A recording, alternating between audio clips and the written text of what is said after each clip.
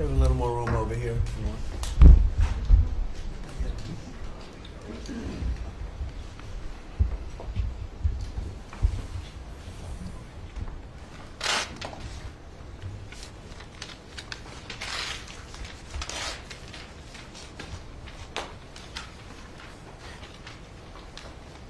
Thank you very much. We had a very good meeting. We're talking about a lot of different things. Consumer prices have actually dropped. There's very little inflation. Everybody predicted a lot of inflation, very little inflation.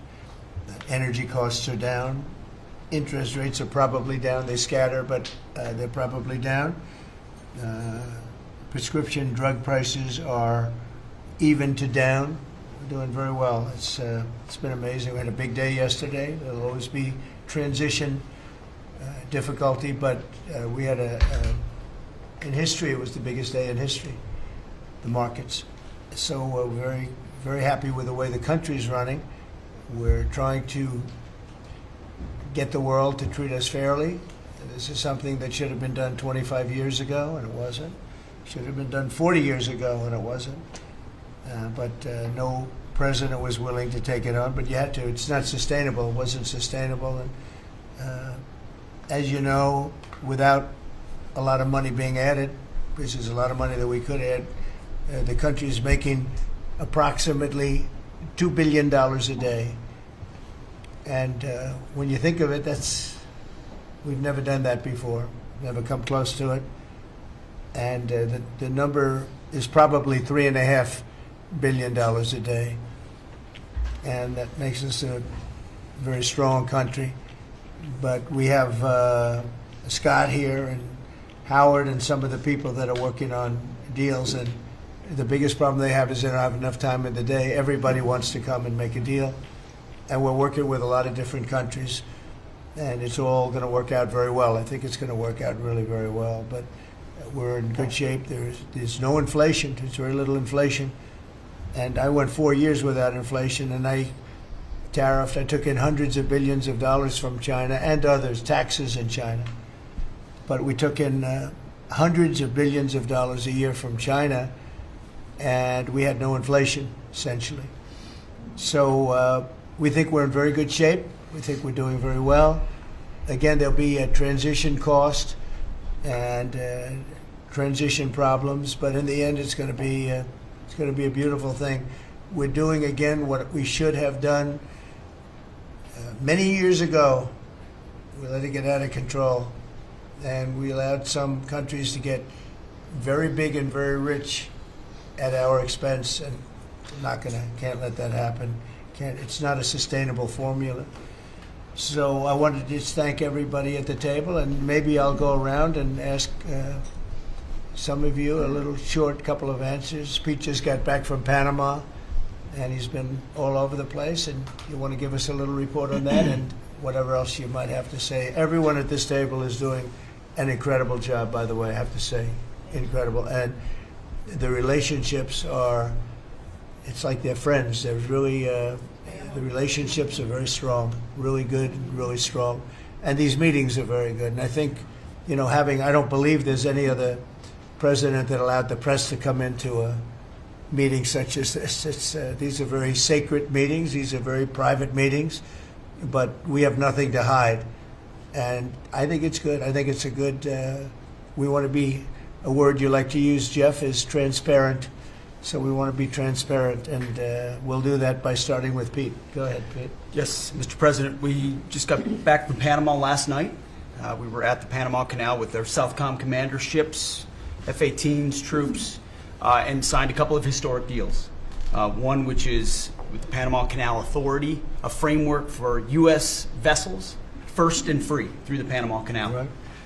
And then also a memorandum of understanding with their security minister for the presence of U.S. troops. Fort Sherman is an old U.S. base there, as well as their naval station and air station, jointly with Panama to secure the Panama Canal from Chinese influence. That's something you said, we're taking back the canal. China's had too much influence. Obama and others let them creep in. We, along with Panama, are pushing them out, sir. And so we had a very successful trip there. President Molino, sends his regards, very complimentary of the U.S. as he's a great ally, and I think they want the communist Chinese out, and with our troops there partnering with their forces, we've got a chance to push them all the way out, sir. We've moved a lot of troops to Panama and filled up some areas that we used to have, and we didn't have any longer, but we have them now, and I think it's in very good control, right? Yes, sir. Okay, thank you, Pete. Very good. Howard? So, so we've have so many countries to talk to. It is, it's incredible. I think Scott and I, I'm not sure we could ever have enough time in the day to talk to all these countries because they want to talk and they want to talk now, and they have come with offers that they never, ever would have come with, but for the moves that the president has made. Demanding that people treat the United States with respect. We're getting the respect we deserve now, and I think you're going to see historic deals one after the other. And then I'm very excited that within a week and a half, we're going to start with the gold card. And the Trump card is coming out, and we're very excited about that, and that's coming soon. So very excited. Good. Thank you very much. Good job. Linda? Well, on a couple of fronts, we have been addressing the issue of anti-Semitism on campuses. There's been some grant funding and contract funding that we've reviewed, and some canceled and some we've put on hold, waiting for that, while we do an investigation. On the other side of what my responsibilities are in having education go back to the states, we're meeting and talking with governors. I was with, this week, all 50 commissioners of education around the country, and because we also want to provide them with tools and best practices as education does move back to the states. Making great progress, great response from the states, and very positive. And what about colleges? You're holding back $400 million from Columbia. From Columbia. $8 billion from Harvard. Can you imagine the money we pay Harvard? They have a $60 billion fund, and we're giving them $8 billion, and we're trying to figure that out. And then they hire de Blasio, the worst mayor in the history of New York, and they hire the woman from Chicago who was a disaster, total disaster, and they pay them massive salaries, and they're supposed to be teaching you government. That's not Harvard. That's not Harvard the way it used to be. So, do you have anything to say about that? The dollars you're holding back from quite a few universities that were not behaving. Yeah, and the other, there's some Princeton, Cornell, others that are coming in, and actually getting calls now from the presidents of the universities who really do want to come in and sit down and have discussions. And so we're investigating them, but in the meantime, we're holding back the grant and the fund money. Great job. Thank you. Very thankful for the House voting for the president's budget resolution along with the Senate bill. Made a ton of progress this week in working with members to ensure that a desire for flexibility in the Senate was not misconstrued as a desire not to slow and do spending reforms. And so we're very thankful for that. And now we can get after writing that bill, getting the president as big a package of his agenda to his desk. So very good week. Good. Yes, sir. We just got the House vote, and now we're well on our way to getting, as we call it, the great big beautiful bill. It's a beauty. There's never been a bill like this one. We're trying to get it all into one beautiful bill. It's tax cuts, regulation cuts, and many other things. The border, a lot of money for the border. Well, you're doing a fantastic job. So, but we just got a report that we, as you know, you knew before us. Were you surprised we got the vote? Got the vote. And we're happy to get the vote. So I think we're going to be in very good shape. Okay, please. Mr. President, last year the Chinese received 1,700 orders for new ships. American shipyards received 5. Under your leadership, like so many other industries, we are going to revitalize and make shipbuilding and maritime great again with these blue-collar jobs. These are the cranes, the ports, opportunity zones, and drive that investment back in. And we have under that executive order, and also one to streamline foreign military sales for people that want to buy our equipment, and of course acquisition reform, all just this week under your leadership, Mr. President. So we're going to be rebuilding our shipbuilding business. We may order, would have to go to Congress for this, but we may buy some ships from other countries that we're close to and that do great jobs with ships, but we're going to start the process of rebuilding. We don't really essentially build ships anymore, which is ridiculous. It's going to be a very big business for us in the not too distant future, but in the meantime, we have countries that do very well at building ships, and we'll be dealing with those countries, and we may be ordering top-of-the-line ships from those countries. And within a fairly short period of time, we'll be building our own ships. So we'll probably have to go to Congress for that, but we're not going to have a problem. Susie, thank you very much for the job you've done. Go ahead, please. I just wanted to make sure you know that this cabinet, I think, pretty uniquely collaborates and cooperates and works together to accomplish all that you've asked them to do, and I think they deserve a lot of credit for that. It's true. You're doing a great job. The chief of staff, doing a great job. Lee, go ahead. Mr. President, the Biden EPA was strangulating the economy. The Trump EPA understands it's not a binary choice. We can protect the environment and grow the economy. Working with Doge and Elon Musk, we've now canceled $22 billion worth of grants. And we have launched what is the largest deregulatory action in the history of the country, just in one agency. That's how much of a mess the Biden EPA left us. It is going to end up reducing the cost of living. It's going to create jobs. It's going to make it easier to purchase a car. It will be easier to heat your home. We're proud of this effort. The effort that we have is fulfilling the mandate that you earned from the American public. Clean air, land, and water for all Americans, unleashing energy dominance, permitting reform, advancing cooperative federalism, making America the AI capital of the world, and bringing back American auto jobs. When you called me that day asking for me to take this position, I was honored. And you were very specific and clear in what you wanted us to accomplish. We understand our mission, and at the Trump EPA, we're going to make it proud. Great job. You're doing a great job. And you have a lot of applications for approvals for power plants, which are going to really power the regular plants, and they're going to be right next to each other because we can't rely on our grid. It's old and it's tired, and it's very subject to being attacked, whether by rain or by bombs or by anything else. And we're letting people build their own power plants, and these are a lot of them being built with the AI and beyond the AI chips, and we're letting them build their own power, and never been done before, and we're going to get it done quickly and approved quickly as part of a plant. They'll have a sort of be their own power company, and it's very exciting. They couldn't believe it when I told them that. I said, we're going to get you the approvals very fast as part of your regular plant. You're going to build electric producing plants, and it's very exciting. And they're able to do it very quickly and very well, and you made it possible. Thank you. You have a lot of applications for some of the biggest plants that have ever been built in the world. These are serious plants, aren't they? Huh? Approved. We are open for business. Working with Secretary Burgum, Secretary Wright, we are going to make it proud. Good.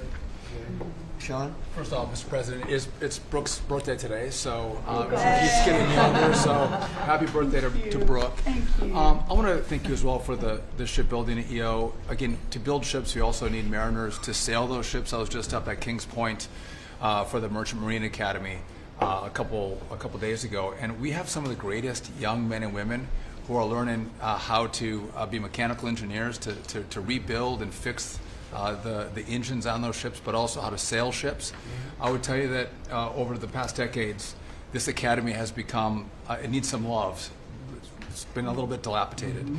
We have to invest in sailors, and I appreciate you taking the initiative. To be a global power, we have to build ships and have sailors to sail those ships. These are the very people that help Pete should we come into points of crisis to support the military. So thank you for that. Number two, the last administration announced 3,200 projects, big, beautiful roads and bridges. Most of them are good. But they announced them, they didn't sign a grant agreement. 3,200, so the money doesn't go out the door to build the infrastructure in the country. And it's fun to do an announcement. it's actually the harder work to put together these grant agreements. So we're doing the work right now at DOT to get these grant agreements done and build the projects. Most of them are good. And they also put in all of this green and social justice requirements on roads and bridges. We're pulling all that out and putting the money toward the infrastructure, not the social movement from the last administration. Good steel, right, as opposed to green paper mache. Good, thanks. Great job. Sir, first, we are, I would say, more than friends. We've all become family. And I think that what you have assembled in your vision is a turning point and an inflection point in American history. And so just being a part of that is the greatest honor. So thank you for that. And again, just the relationships here and the honor and respect we have for each other is a reflection of you and your leadership. So I just wanted to say that first. The second thing I want to say is that on behalf of the farmers and ranchers, food security is national security. We have to be able to feed ourselves. And your idea of using tariffs along with deregulation and tax cuts, but your idea of using tariffs to ensure that we are putting forward and putting America first, no one understands that better than our farmers and our ranchers. But having said that, emerging from 4 years of Biden with a 30% increase in inputs for our farmers and ranchers, with an almost $50 billion trade deficit. When we left the first time, it was zero, meaning that they are hurting. So the period of uncertainty we're in, they know that your vision will move us into an age of prosperity for all Americans, but for my people, for the farmers and ranchers, unlike any they have seen before. And I think they are really, really excited and so grateful for your leadership. But also, you have never failed to say that you have the backs of our farmers and our ranchers. It was the first phone call that I had after I was voted with the Senate. And that message just resonates with an almost 85% support of you in the last election. They're with you. Interestingly, the biggest budget driver at the United States Department of Agriculture is not farming and ranching or agriculture, it's food stamps. And so as we emerge and embark, Secretary Kennedy and I, on your vision of making America healthy again, a massive part of that is realigning and reworking our food stamp program so that it better serves those who need it. And yeah, to the point of getting the transgender, DEI, Green New Deal out of the USDA and realigning is really important. So It's out of the thank military, you. right? Yes, sir. Is it 100% out, would you say? 99.9, sir. I'm going to get that last point. Get the one out. rest of it out. But thank you, sir. We've got a much different military, I will tell you. Thanks very much. Good job. And eggs are down. Eggs are Big, down. right? Yes, Big. yes, sir. Wholesale prices. Retail will come.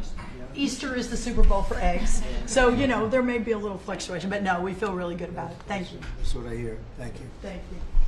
Good. I'd echo what Howard said on the trade queue, that we've got over 75 countries that want to come in. So it'll be Treasury, Commerce, Jameson at USTR, and we're putting a process in place. And as you said, you're going to be part of the negotiations too, because I've had these countries call me up and Secretary Bessem, we're happy you're going to be negotiating. I said, well, President Trump's going to be involved too. Every So detail. bring your best deal on the budget. It's moving quickly in the House and the Senate, thanks to your leadership. We're also going to have debt ceiling in there, so we're going to get an increase in the debt ceiling. And that will be the done and dusted for Part of the bill that we just got to vote on today. So part of the bill. It'll be done and dusted for 2 years. We won't have to worry about that. And then I gave a speech yesterday to 1,400 small and community bankers, and they were so happy to hear from your administration. And I told them Wall Street's done great for the past 4 years, 10 years, 20 years. It can continue doing great, but it's Main Street's turn now, and it's those small bankers through deregulation, through emphasis on Main Street, your Main Street agenda, bringing back jobs, that is going to power the smaller communities. And then finally, the bond auction went very well yesterday. We had a lot of foreigners show up as the support, showing that the U.S. is still the best place to invest. The inflation report as you said, was quite good. And energy prices are down more than 20% since January 20th. Amazing. That's great. Very good. Good numbers. Great number. Thank you. Pam? President, we've had some great wins in the last few days that, you were overwhelmingly elected by the biggest majority. The U.S. Americans want you to be president because of your agenda, and the courts are ruling that you have the authority to determine how the money of this country will be spent. That's what the American citizens wanted, and that's what they're getting. An example of that Friday was the Department of Education, that you can determine how the money will be spent. No more DEI, and that impacts every agency across the board. On the civil side again, NLRB. We had a big win in the Supreme Court there. OPM, a big win there. But also 16,000 workers there. But also on the criminal side, the Alien Enemies Act. We are winning there. And your directive to me was to keep America safe, and that's what we're doing. Whether it's the alien enemies, all of these gangs, and they are enemies of our country. They are terrorists, they are organized crime, they have come here, they are extremely organized, they are spread throughout our country, and they are creating terror. And no more under your directive. And that is stopped. Yesterday in South Florida, we charged the 11 defendants with $500 million of pure cocaine coming into our country to kill our kids. They were caught. They will be prosecuted to the fullest extent of the law. These gang members are going back to where they came, or they're going to an El Salvador prison at your directive. And you also gave us a directive to prosecute the people who are going after Tesla to the fullest extent of the law, some of the greatest police work I've seen. We've made 4 arrests. There will be no negotiations at your directive. They're all looking at 20 years in prison, and within the next 24 hours, you're going to be seeing another huge arrest on a Tesla dealership, President. And that person will be looking at least 20 years in prison with no negotiations. That's great. That's great. That will stop it cold. Domestic terrorism. Thanks, doing a great job, too. Thank you very much. Gloria, please. Mr. President, accountability matters. That's what we're recognizing. With our partners at the Department of Labor for Government Efficiency, just a few weeks ago, we realized there's about $4.4 billion in COVID funds that were not used, that the state coffers were just holding on to. Out of that, we've returned $1.4 billion back to the state treasury, so essentially to the American people, and we'll go back and claw the rest of those billions of dollars back. And on the heels of that, late last night, we're understanding unemployment insurance fraud. That trust needs to be whole for the American people. When we need it for who deserves it. That's not what we're seeing in the numbers that we saw last night, again, exposed by our partners at DOJ at the Department of Labor.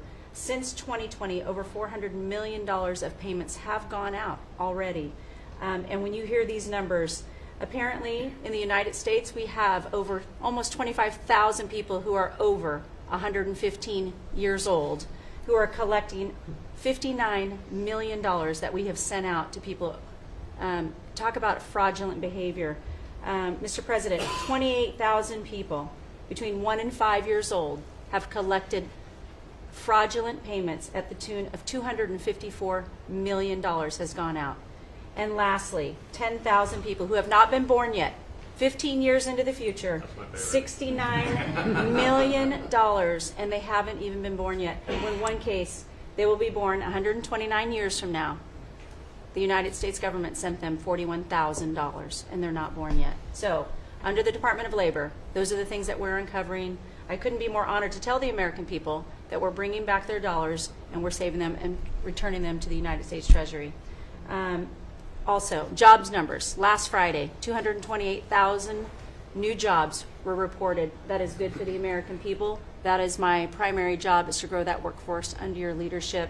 So we've kicked off the America at Work tour, and we'll be visiting all 50 states, and I'll be working with my colleagues here to do just that. So thank you, Mr. President. We're going to grow this economy. We're going to keep our focus on the American worker. So you're finding tremendous fraud, though. Those numbers are really bad when you're Unheard of.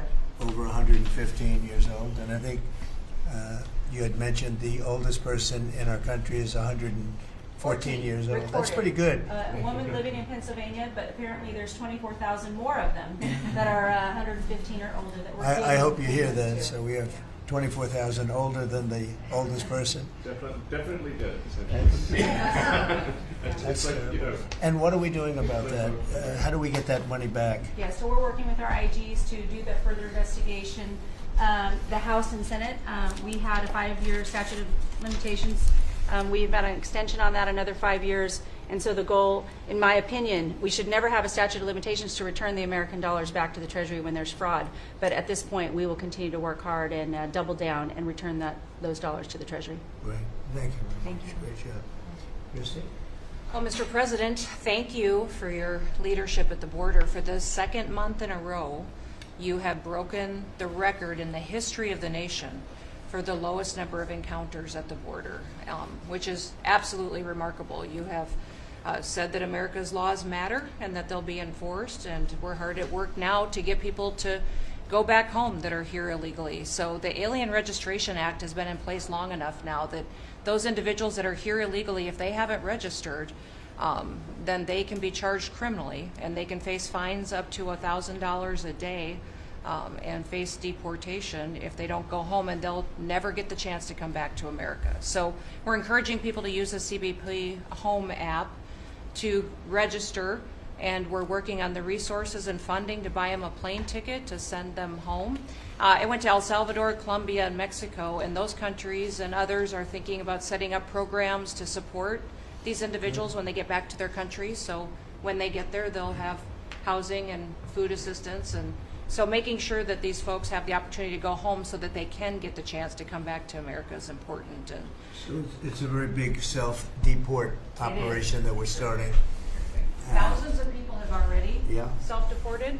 Well, we're just going to, when you had 21 million people that need to go home because they're here breaking our laws, then we need to facilitate that. And I've been working with the governors a lot lately on several different issues. One of them has been on FEMA for recommendations on how to do exactly what you've directed us to do. And then also I sent a letter and communicated with them that they need to be setting up a SCIF. Some of our governors don't have secure facilities to have national security issues. I think one of the jobs Homeland Security has is to give communication down to states, to local cities and communities. And so recommending they get a SCIF, they have secure comms with them at all times or nearby so that they can have national security conversations, and then to have somebody in their office designated that is their communications person. A lot of them have emergency management officers, but they don't necessarily have somebody designated when it comes to a national security issue that we may need to communicate with them on. And I think American people need to know that Real ID will be required to travel on May 7th. So those governors have been notified to communicate that at home. We don't want anybody to get delayed and not be able to travel when they get to an airport. And this will also help us bring integrity back to all of our IDs and how they're used for issuing driver's licenses. And governors know how I feel about making sure their driver's licensing system has integrity, because a lot of people use their driver's license to vote.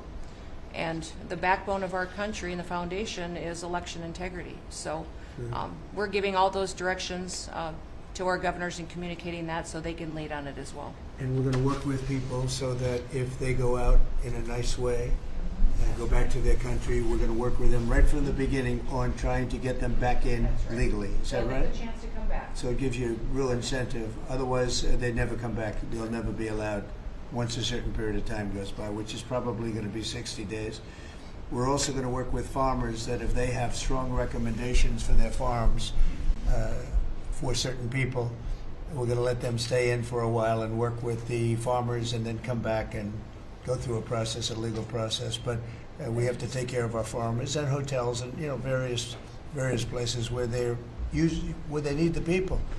And we're going to be working with you very carefully on that. So a farmer will come in with a letter concerning certain people saying they're great, they're working hard. We're going to slow it down a little bit for them, and then we're going to ultimately bring them back. They'll go out, they're going to come back as legal workers. Okay? Yes, sir. Thank you. Which I think will be I think it's very important to do. Okay, thank you very much. Great job.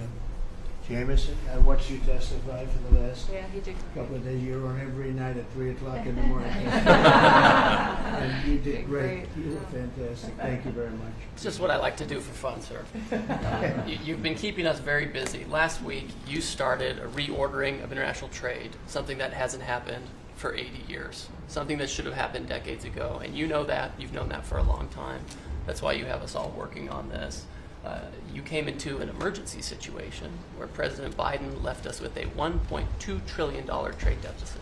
It's the largest of any country in human history, the largest. So you declared an emergency, you took action. You would say the largest in history, right?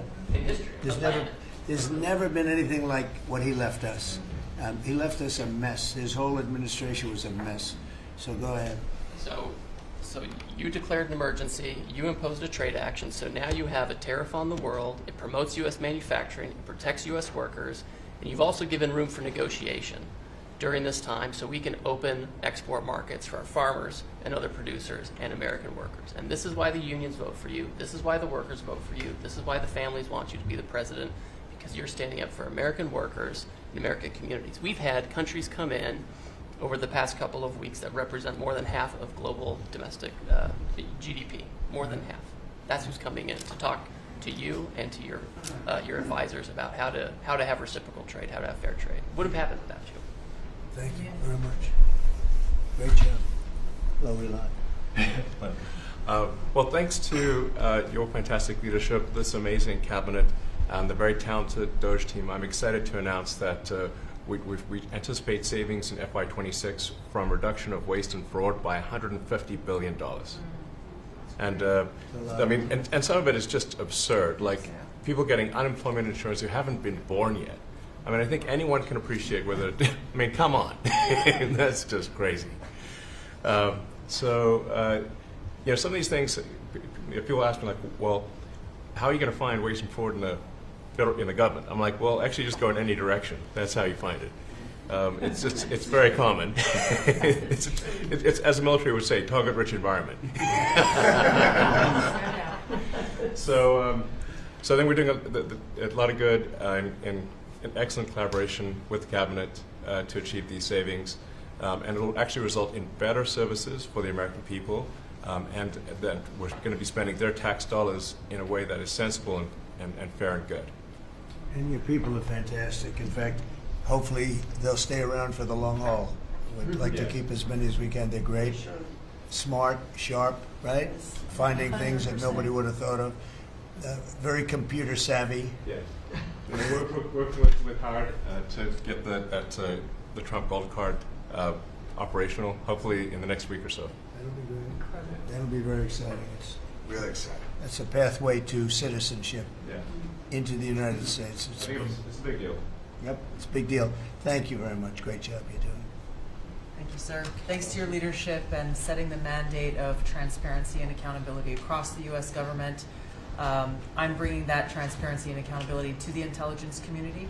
First and foremost, to make sure that you and your cabinet have that real-time, relevant, apolitical, objective intelligence to best inform whether it's negotiations for peace, negotiations around tariffs, the great work that you are leading around the cabinet today. Secondly, working with Department of Homeland Security and the FBI to increase our information sharing to achieve your goal of countering the narcotic trafficking and our ability to go after cartels now designated as foreign terrorists.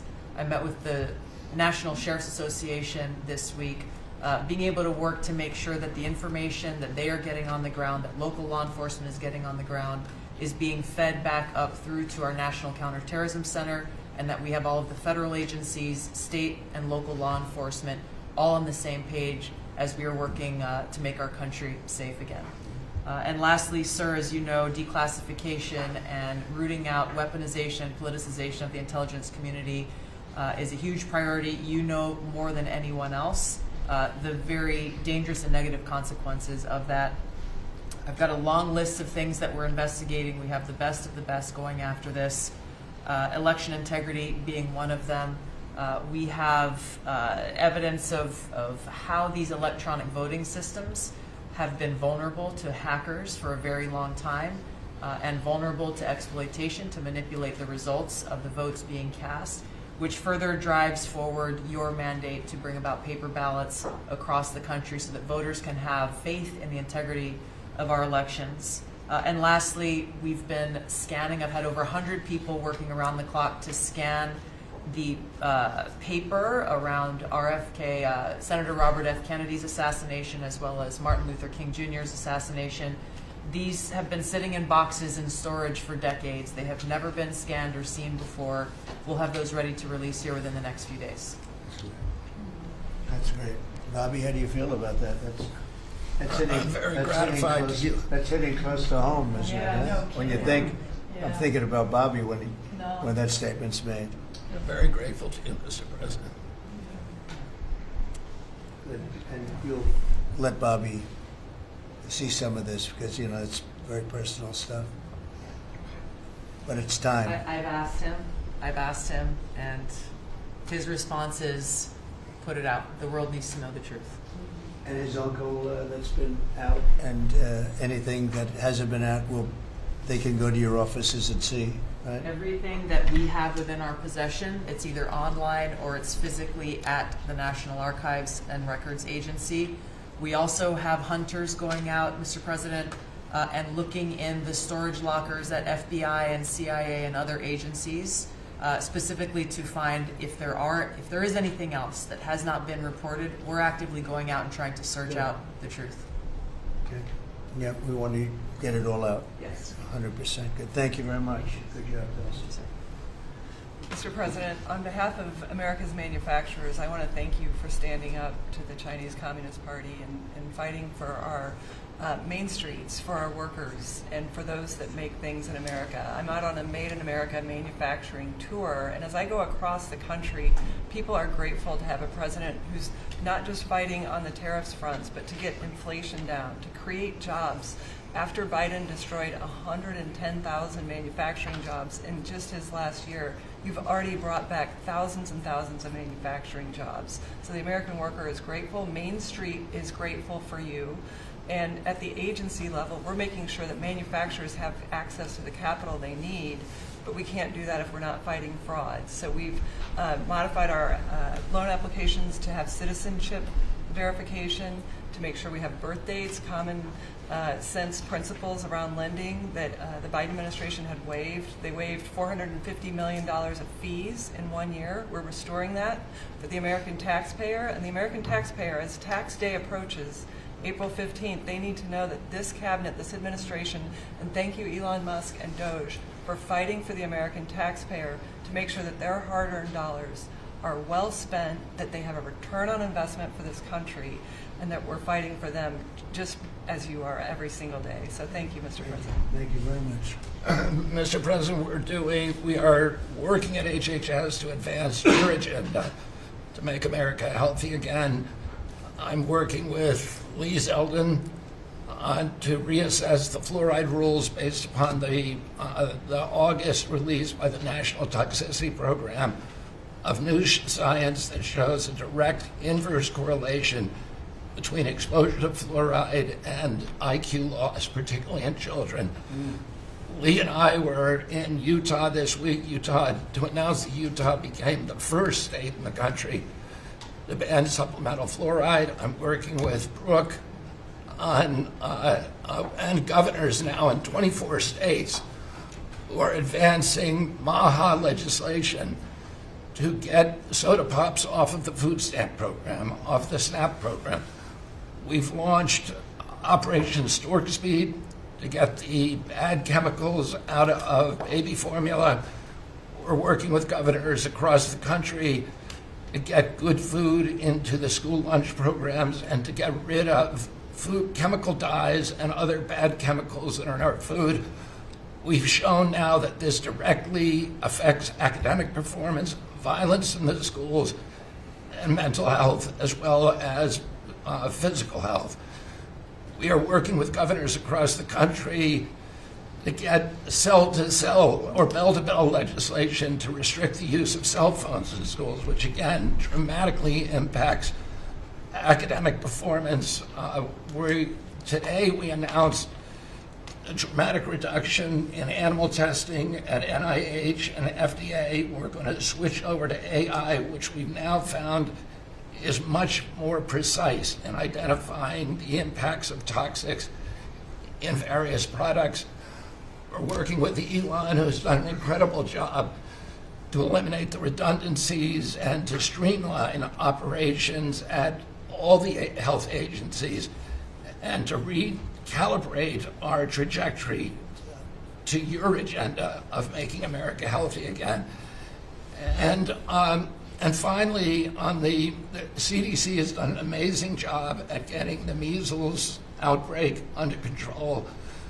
We have about 680 cases now in 22 states, compared to the same outbreak in Europe, which is 127,000 cases and 37 deaths. Our numbers in this country have now plateaued. And I want to thank CDC for that. And we're trying to refocus the press. We've had 3 measles deaths in this country over 20 years. And we're trying to refocus the press to get them to pay attention to the chronic disease epidemic as you've asked us to. We have now 38% of American youth are pre-diabetic. This was unknown 30 years ago. Every child that becomes diabetic, there should be a headline about them. We have 100 million adults who are pre-diabetic or diabetic. And we have, we have now, the autism rates have gone from now most recent numbers we think are going to be about 1 in 31. 1 in 20, so they're going up again from 1 in 10,000 when I was a kid. And we are going, at your direction, we are going to know by September. We've launched a massive testing and research effort that's going to involve hundreds of scientists from around the world. By September, we will know what has caused the autism epidemic, and we'll be able to eliminate those exposures. So big. Think of that. So it was 1 in 10,000 children had autism, and now it's 1 in 31. Not 31,000, 31. That's a horrible statistic, isn't it? And there's got to be something artificial out there that's doing this. So you think you're going to have a pretty good idea, huh? We will know by September. There will be no bigger news conference on that. So that's it. If you can come up with that answer where you stop taking something, you stop eating something, or maybe it's a shot, but something's causing it. It can't be from 10,000 to. Can you imagine that, Marco? That's a big number. Thank you very much. You're doing great. Thank you, Bobby. Please. Well, Mr. President, one of your primary administration goals is to make sure that we unleash American energy, and of course the strategy behind that is when we do that, it helps make it more affordable for all Americans. Energy isn't just industry, it is the foundation of every other industry, whether it's food, manufacturing, clothing, transportation. And then also when we've got the ability to generate and not just be energy independent but energy dominant, then we have the opportunity to sell energy to our friends and allies versus them buy it from our adversaries. And our adversaries were funding terrorism and conflicts against our allies by their oil and gas sales that were going through a Swiss cheese set of sanctions. So with your creation of the National Energy Dominance Council, over half the people at this table serve on that. Everyone has been engaged, whether it's interactions with negotiations with other countries, with putting sanctions in place that actually work, with cutting deregulation, working on biofuels, building infrastructure for transportation. There's a whole range of things that are being tackled. But when the outcome of all that is that the Biden administration was restricting supply, you're increasing supply. When you increase supply, then prices start to come down. And we have a huge opportunity to do this. Just in Interior alone, there's 500 million acres of surface, 700 million acres of subsurface and 2.5 billion acres of offshore. And the Biden administration was trying to restrict this so that you couldn't get a timber lease, you couldn't cut a tree, you couldn't graze a cow, you couldn't develop oil and gas minerals, and you couldn't develop the critical minerals we need for our technology, for our defense industries, and to be able to help us win the AI arms race against China. So we're opening up this, and with your executive orders and your work, we've on Tuesday, historic day, you ended the war on beautiful clean coal, which has been going on since Obama took office. China gets 60% of their electricity from coal. They're opening up they've opened up 94 gigawatts of coal in the last year as part of this AI arms race. 94 gigawatts, that's enough for 94 Denvers to be able to, 1 gigawatt per metro area like that. It's unheard of. So we have an opportunity under your leadership to come back. The Gulf of America had its first offshore lease sale, which is scheduled for later this year, but that was, the industry loved that because we're now, the Gulf of America is now open for business again. And there's as much as 7 billion barrels of oil accessible now. They've increased the upside of what they think that is. On the coal front, the estimate is the financial value of the coal in America is $8 trillion. That was an asset on the balance sheet that we've now being put back on again. And of course in Alaska, with your separate executive orders to unleash Alaska energy between ANWR, the North Slope, the Strategic Petroleum Reserve Alaska, all of those, we've reversed Biden decision. Those are all open for business again. And all of this is leading to the investment coming to America. The smart money is coming to the U.S. That's why we've got trillions of dollars of investment that are showing up at the door, because they know if they're going to do manufacturing here, there's going to be energy to power their plants. And so again, thank you for your leadership and thank you for everything you're doing. Very good. Thank you. Marco? Well, Mr. President, one of the most important things I believe you'll achieve in your presidency is reordering the world in a proper way. For 31 years, more than 31 years now, multiple administrations have allowed the Chinese to deindustrialize this country, to take away jobs and factories and the pillars of our national strength. And what you're doing now, I think, is a great service to our country, but ultimately to the world. And I want to congratulate you and your team that's working on that, because it has extraordinary geopolitical implications, as you see from all these other countries that are now coming here and wanting to join something that actually makes, it's crazy to allow these. I mean, basically, we lived in a world where Chinese companies can do whatever they want in America, but our companies cannot do anything over there unless they allow it, and even then they steal our stuff and reverse engineer it. So just reordering all of that has dramatic implications on peace and security of the world, so we thank you. An important meeting, thanks to you, is going to happen on Saturday for the first time in a long time. There'll be direct talks between Ambassador Woodcoff and a top-level leader in Iran. We hope that'll lead to peace. You've been very clear what Iran is never going to have is a nuclear weapon, and I think that's what led to this meeting, and we'll wait for him to come back from it, and we're hopeful about that. I would also say that we are receiving, and I think the Department of Homeland Security can confirm this, historic cooperation from countries all over the world. Number one, in taking back their citizens. Every country in the world has to take back people that are illegally in another country, and we have countries that refuse to do it or will kind of ignore our calls. All of them are doing it. The ones that are not are paying a price. And we've also found cooperation in other countries that are willing to take some of these people, some very dangerous criminals. I know the President of El Salvador will be here next week, has really been a good friend of the United States in that regard. These are some of the worst people you'll ever encounter, and Pam knows this, and Christy knows this from the work they're doing. And one last point I want to make, Mr. President, and again, it's under your leadership, it's actually under your executive order. If you come to this country as a student, we expect you to go to class and study and get a degree. If you come here to vandalize a library, take over a campus, and do all kinds of crazy things, we're going to get rid of these people, and we're going to continue to do it. So when we identify lunatics like these, we take away their student visa. No one's entitled to a student visa. The press covers student visas like there's some sort of birthright. No, a student visa is like me inviting you into my home. If you come into my home and put all kinds of crap on my couch, I'm going to kick you out of my house. And so, that's what we're doing with our country, thanks to the President. And last but not least, very important development this week, but both Pam and I were very excited. The finest higher education institution in the United States, University of Florida, is also now the national champions in basketball, and we hope you'll host them here soon, Mr. President. Go Gators. They're coming. Good for the SEC. They're coming, guys. Congratulations. Well, thank you very much. You're really doing a great job. We appreciate it. Any question? Mr. President, can you give us a reaction to today's stock market drop, and also give us a sense of the next steps with China. Well, I haven't seen it because I've been here for 2.5 hours, so I'll be seeing it. I think Scott went out. Scott, you want to have a statement on that? Sure. Look, the up 2, down 1 is not a bad ratio, or up 10, down 5.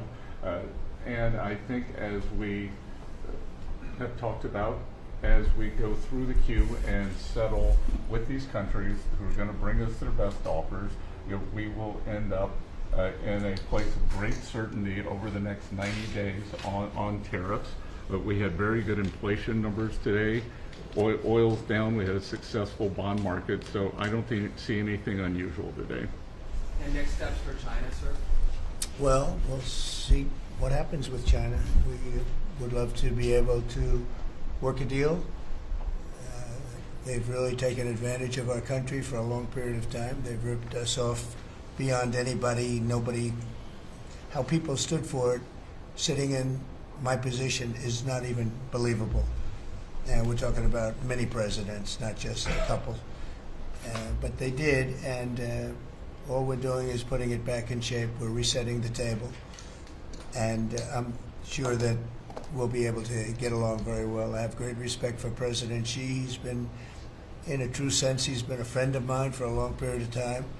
And I think that we'll end up working out something that's very good for both countries. I look forward to it. Mr. President, China retaliated today by reducing the number of American films that can be shown there. What's your reaction to them now targeting cultural exports from the United States? I think I've heard of worse things.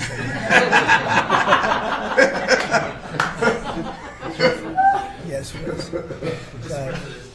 Also on China, the Ukrainians say they have evidence that Chinese soldiers have been found fighting for the Russians in Ukraine. Can the U.S. verify this? And if so, what does the U.S. plan on doing to China to counteract that? We'll look into it, but I think beyond that, we're really looking to get that war stopped. They're losing 2,500 and even more than that young people a week. They're Russian and they're Ukrainian. They're not American, but they're people. And we're seeing if we can get it stopped. And I think we're making progress. I appreciate the ballerina who was released. It was at the request of a very good friend of all of ours, actually. Dana White called me and he said it's the friend or the relationship of one of the fighters for UFC or one of the fighters. And Dana's an incredible guy, and we spoke to President Putin about it, and they made a deal. They released the young ballerina, and she is now out, and that was good, so we appreciate that. We hope that we're going to be able to make a deal relatively soon with Russia and Ukraine to stop the fighting. It's so senseless. It's such a horrible thing. It would have never happened if I were president, but it did happen, and we were given that card. And I think we're going to get it. I think we're going to get it stopped. Got to get going. We got to get it. We have to move it faster. Likewise with the hostages, we're making progress. We, there's 59 hostages, but only 24 of them are living, and that's the way it's been presented to me by the mothers of some of the dead, mothers and fathers of some of the dead hostages, and they want the bodies of their baby, as they say, their baby, their young boys. They want them back as much as if they were alive. It's amazing, because when I met the hostages 2 weeks ago here, I couldn't believe what they had to go through, by the way. But when I met them, they said, yeah, there's 59, but 24 are living. And they actually consider, I guess if you're a parent, you do consider it this way, that the remainder who are dead, the 24 that are alive, the remainder that are dead, they want them back just as much as they would want them back if they were alive. It's really pretty amazing and pretty sad. So we're getting close to getting them back. We have a lot came back. A lot of people are very grateful. Some came back in pretty bad shape. Some came back, they're okay. I think they're going to be scarred mentally for a long time, because if you sit down and talk to them, as I have, what they went through is incredible. But we're making progress. We're dealing with Israel. We're dealing with Hamas, and it's a nasty group. Mr. President, how close are you to the first country coming to actually make a deal with the United States over tariffs? Is it days, months? Well, I think it's very close, but we have to have a deal that we like. We don't want a deal that's going to be a bad deal, or I could make every deal in one day if I wanted to. I could do this all in one day. I could just say, here's what we'll do. And I was saying to the people before, to Scott, mostly to Scott and Howard, and some of the other people that work with us on the negotiations. We have a lot of law firms that have paid me a lot of money in the form of legal fees. We're going to probably use those firms to, if we can, I think we can. I'll make a contribution to the country, but they're great firms. They're the best firms, the biggest, and really the most prestigious. And we may be using them to help you guys out, because you're going to need a lot of lawyers. And I'm not sure Pam's going to be happy if I say, can you send over about 200 lawyers that work on trade? She's working on criminal stuff, and I think that's going to be her focus more than anything else. So we'll find out if we can do that. But we have a lot of lawyers that you've been reading about where they paid $100 million a firm on average. Now we have the final 4 or 5 are at $125 million. So I have a lot of legal fees I could give to you people, and we might as well use them. Hopefully I won't need that many legal fees or that much. I may. Who knows? After it ends, after we leave, maybe I'll need it. But if I do, it's not going to be very pleasant. So I think we're going to try to use these very prestigious firms to help us out with the trade, because we have a lot of countries. But we want to make deals that are proper for the United States, not just we can make deals easily. We want to make them proper. Mr. President, if you aren't able to reach the deals that you want to see at the end of the 90 days, will you put those higher tariffs in place, or will you extend Well, that's pause? what would happen. I mean, if we can't make the deal that we want to make, or we have to make, or that's good for both parties, it's got to be good for both parties. You wouldn't. And then we go back to where we were. You'd go back to the numbers that you announced last week. I think so. You wouldn't extend the pause. Yeah. We'll have to see what happens at that time. Thank you, Mr. President. You said yesterday you were considering some exceptions for companies. Can you talk about what you're considering, and then also on the reciprocal tariffs, so that you substantially lower? Is the same math formula going to be used, or is that tossed out? I'm not considering now for any country or company, but it's possible that I would. But I'm not. We don't have that situation right now. People understand where we are, what we're going to do. But it could happen. It's called flexibility. You have to have certain flexibility. Mr. President, what are you planning on using the money that you're gaining for revenue through the tariffs on? Paying down national debt, reducing taxes, creating good budgets, helping Christie with the border and all of the other things. I built hundreds of miles of wall, as people now understand, 571 miles of border wall in the first administration. But we're going to beef it up, and we're going to add more. And the numbers are incredible. Really, the numbers are what's taken place. We had great numbers, but these numbers are topping my last administration. And Christie and Tom Homan have done an amazing job. But it's an expensive process. This weekend, where they used to have hundreds of thousands of people standing there pouring through the border in Tijuana, Mexico, this weekend they had nobody. You had a man sweeping this massive piece of concrete, which is, the area where they said massive. And I've looked at that during the Biden administration. You couldn't see a piece of that concrete. There were so many people on it.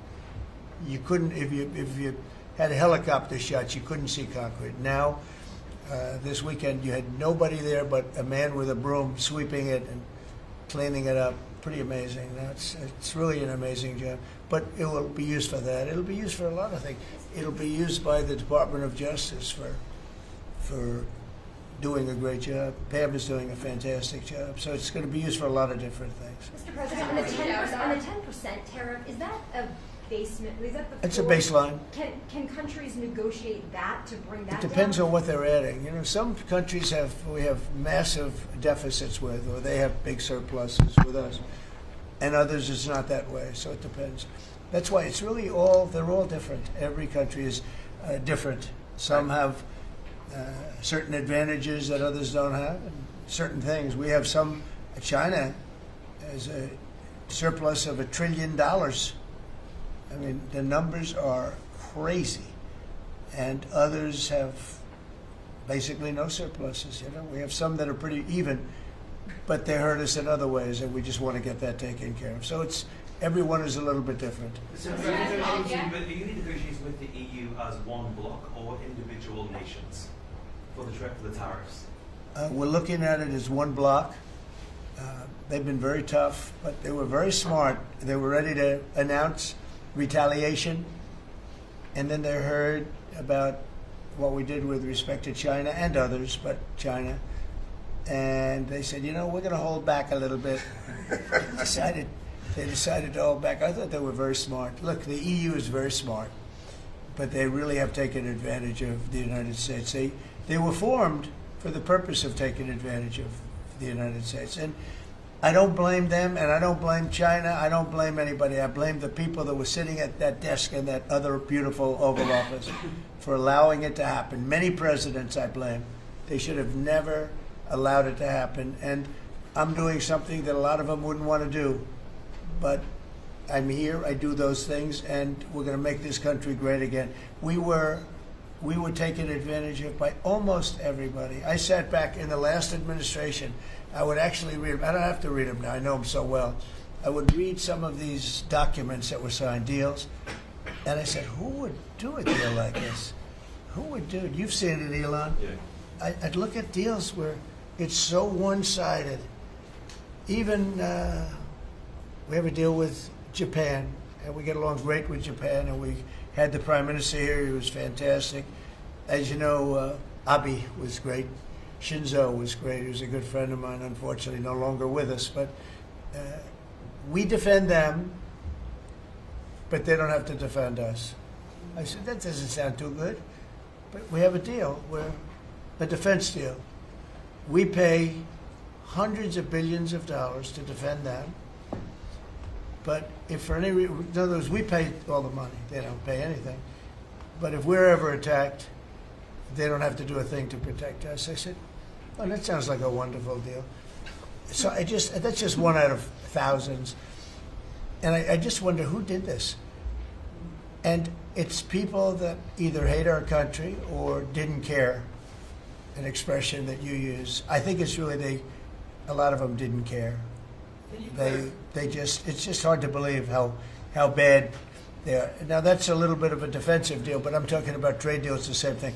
They're so bad, you would say, how come? And even when I'd renegotiate, like I'd go to a country, they'd give me everything I asked for. I said, why didn't somebody ask for it like originally? They give me everything. I think when they were negotiating, they didn't care, or they didn't ask, or they were shy, or they were very stupid, or they hate our country.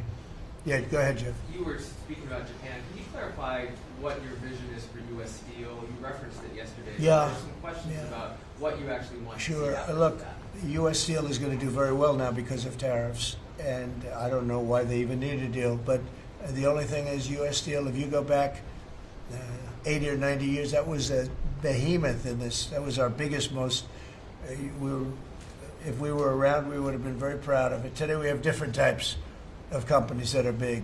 Google, it's not the same as U.S. Steel. And I love Google, and I got to like the people that run it. They're very capable people. They didn't like me so much in the first administration, but they like me a lot now. I don't know what happened, but I like them. But, you know, I think they would be the first to admit, when I envisioned, you look at some of those steel factories from 90 years ago, it was a different kind of a country, but they were miles long. Today you see just empty hulks. Those hulks are going to be filled up very soon because of what I'm doing with tariffs. It was a different kind of a thing. But if I didn't do that in the first term, my first term, if I didn't put tariffs on, we would have, because China and others were dumping steel, billions of dollars of steel. Our steel companies were all closing. Every fact, we wouldn't have one steel plant open, and now we have a steel industry that's doing very well. But soon it's going to be thriving, really thriving, and those factories are going to be filled up. But more importantly, they're going to build brand new ones. Nucor and so many other companies call me. Nucor being a big steel company, They're building massive new steel plants, and it's great. And likewise, car companies. We have many, many car companies. 3 of them. I'm not looking to hurt Mexico, and I like Mexico. And by the way, I think the new president is a terrific person, a fantastic woman. We've had many conversations. She's a very elegant, just a fantastic person, and she's been very nice, very, very nice. But I'm not looking to hurt them. But we have 3 car plants that were under construction in Mexico. They stopped constructing, and now they're going to build in the United States because of tariffs. See, we should have never let this happen, because whoever it was that was president at the time, we lost 90,000 plants and factories since NAFTA. 90,000. It's not believable. How about that, Laura? You know, you're in that sort of world of factories and Build back plants. manufacturing, construction jobs, bring those workers back home. That's right, we're going to bring them all back. But think of it, from that period of time, which isn't so long ago, we lost. I said the other day, if you had a map on a big wall like this, and if you had pins, 90,000, I don't know if you'd have enough. I don't think you'd have enough room on the map to put the pins. 90,000 factories that we've lost since NAFTA. And it's not even, and about 6 million jobs. Really, I think probably a lot more than that, but they say 6 million jobs. We're going to bring many of that back. I think we're going to bring more than all of it back. We're going to be better and stronger than ever before. But if a president, when they were leaving, said, look, you can leave, but if you're going to build a factory someplace else, and you think you're going to come and sell your steel or your car or any product that you make, your pharmaceuticals, which we're going to do, we're going to get them all back. But if you think you're going to just, all they had to do is say this, and they wouldn't have left. You know, I said it the other day. I said it with respect to, I made a speech a year ago, and I told them if I win, we're going to charge a big, big tariff at the border. And people were thinking about building in Mexico a car plant. And I said, we're going to have a big tariff. So if you want to build a car, you're going to have to pay 25% more than the cost of that car. You're going to have to pay 25% tariff at the border. They would have never left. They could have kept everybody. If a president said, if you leave this country, you leave Michigan, you leave Detroit, you leave anybody, any of our states, because to me they're all the same. I love them all. I love them all, and I probably won them all. But they say I won most of them. But I think I won them all. But that's okay. But all you had to say if you were the president is, if you leave and you think you're going to now fire all those workers, leave all that, everything behind, and you're going to build in another country and sell it no, you're not going to. You're going to pay 50% or 100% tariff. They would have never left. And all you had to say, Marco, all you had to say very simply is, you don't have to write it down. All you have to do is say it verbally. If you leave, you're going to pay 100% tariff. Therefore, don't leave. They would have never left. But they left 90,000 plants. I mean, it's hard to believe that many. It's not, you can't envision it. So just getting back to your, because I'm the great weaver of all time. To weave, you have to be a genius. To go on tangents, anybody can do that. But we'll get back to your original U.S. Steel. U.S. Steel is a big name in this country. It's Babe Ruth is a big name. We have a lot of big names, but not too many. U.S. Steel is one of the great names in the history of our country. And normally I wouldn't mind so much. I wouldn't be thrilled with it. But to buy for a foreign country, and we love Japan, but for a foreign country to buy that cherished U.S. Steel brand, that's hard for me to do. And maybe somebody else may want it. The company Nippon that's involved with it is a big, powerful company who do a good job. But why can't they just build a plant themselves? I mean, why do they have to, take U.S. Steel? So as you know, I rejected the deal. Now they've come back in a different form. They're coming back as an investor. And, I feel better about that, I guess. But, I know them very well. I know the thinking. It's the investor. They'll invest, and somebody else maybe is sitting in this chair, and they will no longer have an investment. They'll have the whole thing. That's the way it works. very smart. They're very, very smart people. We're dealing with very smart people throughout the world. Great geniuses, actually. Look what they've done to our country. And again, I don't blame China. I don't blame anybody. If I could have done it, if I were in that position, I'd have great respect. I have great respect for the people. They ripped off the United States, and all we had to do, have a president that knew what the hell was going on, and none of those countries would have left. Those companies, none of them would have left. So that's a little lesson in basic business. And it's really basic business. It's not complicated business. It's very basic business. And we'd have every one of those car plants going just the way they were 30 years ago. None of them would have left, but now they're coming back. Mr. President, the Labor Department has confirmed that $400 million went to fake people for unemployment benefits. Yeah. What's sort of your initial reaction? I think it's terrible. I just heard it from Lori, and I appreciate it, and you heard it from Elon's people, right? That's right. Elon's done a fantastic job. Look, he's sitting here, and I don't care. I don't need Elon for anything other than I happen to like him. But I'm telling you, this guy did a fantastic job. I don't need his car. I actually bought one because, and they said, "Oh, did you get a bargain?" No. I said, "Give me the top price." I paid a lot of money for that car. But honestly, he makes a great car. You know what I do with it? I let the people in the office drive around in it.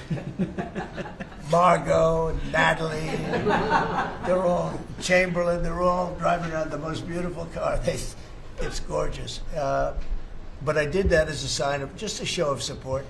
Numerous people have done that. Just a show of support. Because, you know, he's done a fantastic job, but he hasn't been treated properly. Hasn't been treated properly. Yeah. Mr. President, can you talk to us about your communications with China? Has President Xi reached out at all since the terror? Well, I don't want to say who's reached out. I just say that I think it's going to work out, hopefully well. Including TikTok? They're very big. It's hard to get over, if you're me, what they've done to our country. They've destroyed our economic base to a large extent. The good news is we're very vibrant, and we're going to get it back fast. We already have. Look, we're making $2 billion a day now, and during Biden, we were losing $3 billion a day. Biden was a disaster. He was the worst president in the history of our country. And you know, to me, worse than that, because the money you can make if you have the right guy in this position, worse than that was what they did on the border.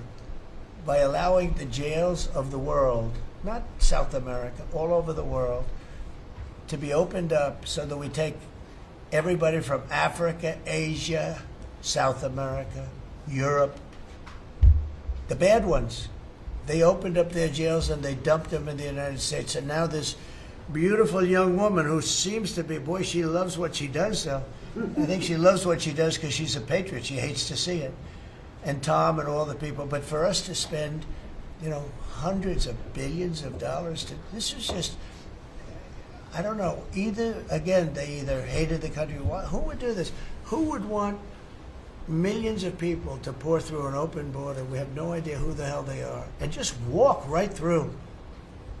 And half of them, whether you like it or not, you could look at them and you could say, they are not going to help us. These are some rough people. But they'd empty out their jails, and they'd empty out their mental institutions, insane asylums, and they'd let them into the United States of America. And inflation we can fix, and all of the other things we can fix. We'll get it going. But this is something, it's such a horrible thing, and it's really hard.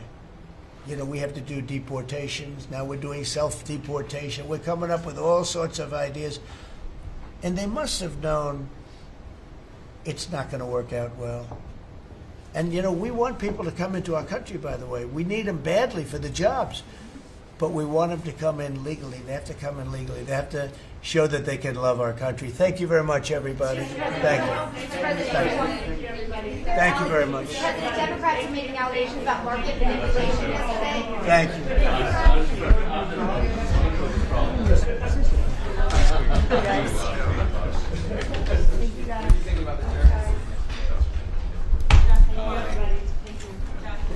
Thank you very much. Yes.